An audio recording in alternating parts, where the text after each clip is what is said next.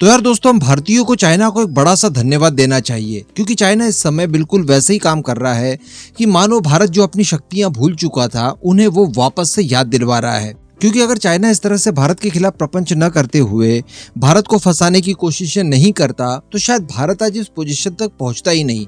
देखिए, पोर्ट्स को लेकर कितनी मार चल रही है इस समय। चाइना की अगर बात की जाए तो दुनिया भर के अलग अलग देशों में अलग अलग लोकेशंस पर चाइना की कुछ कंपनियां लगातार पोर्ट्स खरीद रही है। अब इसी का नतीजा देखने के लिए ये मिला कि भारत भी कॉन्शियस हुआ और भारत ने भी दुनिया के अलग अलग देशों में पोर्ट्स खरीदने शुरू कर दिए।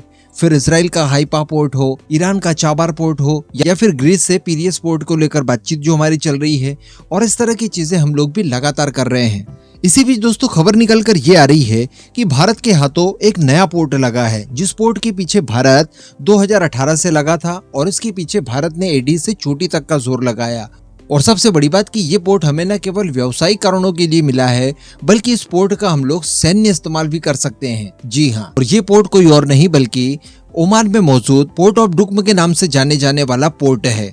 आप सभी को याद होगा कि आज से 2 महीना पहले ओमान के सुल्तान भारत की यात्रा पर आए थे और इसी दौरान उनके साथ फाइनल नेगोशिएशन भारत की तरफ से कर लिए गए थे इसी पोर्ट ऑफ डुक्म के लिए। और अब बिल्कुल लेटेस्ट खबर निकल कर आ रही है कि इस पोर्ट का एक्सेस भारत को मिल चुका है।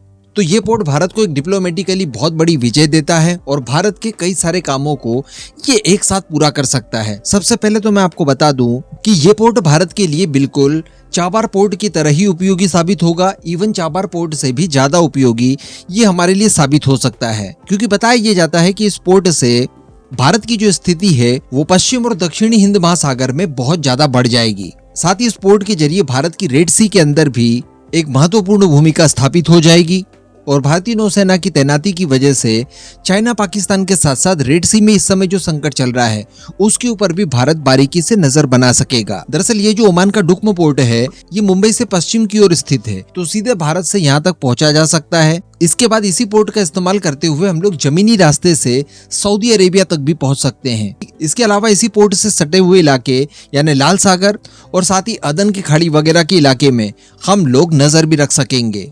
इसके साथ साथ बताया जा रहा है कि ये भारत के माल को अफ्रीकन मार्केट तक पहुंचाने में भी बहुत ज्यादा मददगार साबित होगा।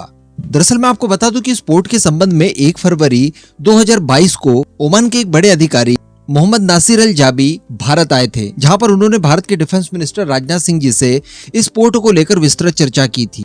इसी बैठक के दौरान इस पोर्ट को लेकर बातचीत की गई। दोनों देशों के बीच में संयुक्त अभ्यास, इंडस्ट्रियल कोऑपरेशन और इसी के साथ साथ कई इंफ्रास्ट्रक्चर के प्रोजेक्ट्स को लेकर दोनों देशों के बीच में सहमति बनी। बताया जाता है कि इस पोर्ट को लेकर वर्ष 2018 में ही भारत और ओमान के बीच में कुछ समझौते साइन किए गए थे, जिसके तहत सैन्य इस्तेमाल के लिए भारत इस पोर्ट का इस्तेमाल कर पाएगा, जो कि हिंद महासागर में चाइना की बढ़ती हुई चुनौतियों से निपटने के लिए हमारे लिए बहुत ज्यादा कारगर साबित होगा। क्योंकि चाइना द्वारा जो पाकिस्तान के अंदर ग्वादर पोर्ट को डेवलप किया है उसे काउंटर करने के लिए डुक्म का हमारे हाथों में आना बहुत ज्यादा जरूरी था। फिर इसके बाद वर्ष 2018 में ही प्राइम मिनिस्टर मोदी की ओमान यात्रा होती है। उस दौरान भारत और ओमान के बीच में कुल 8 समझौते किए जाते हैं, जिसमें व्यापार, निवेश और इस पोर्ट संबंधित कई सारे महत्वपूर्ण समझौतों को लेकर हस्ताक्षर किए जाते हैं। जिसके बाद भारत और ओमान एक ज्वाइंट वेंचर चलाते हैं और इस पोर्ट को डेवलप करने के लिए कई सारे प्रोजेक्ट शुरू करते हैं। तो इन्हीं समझौतों में एक प्लांट को भी स्थापित करना था, जो कि सेवेसिक एसिड प्लांट है और ये प्लांट मिडिल ईस्ट का अब तक का सबसे बड़ा प्लांट माना जाता है, जिसकी लागत कुल 9,000 करोड़ रुपए आई।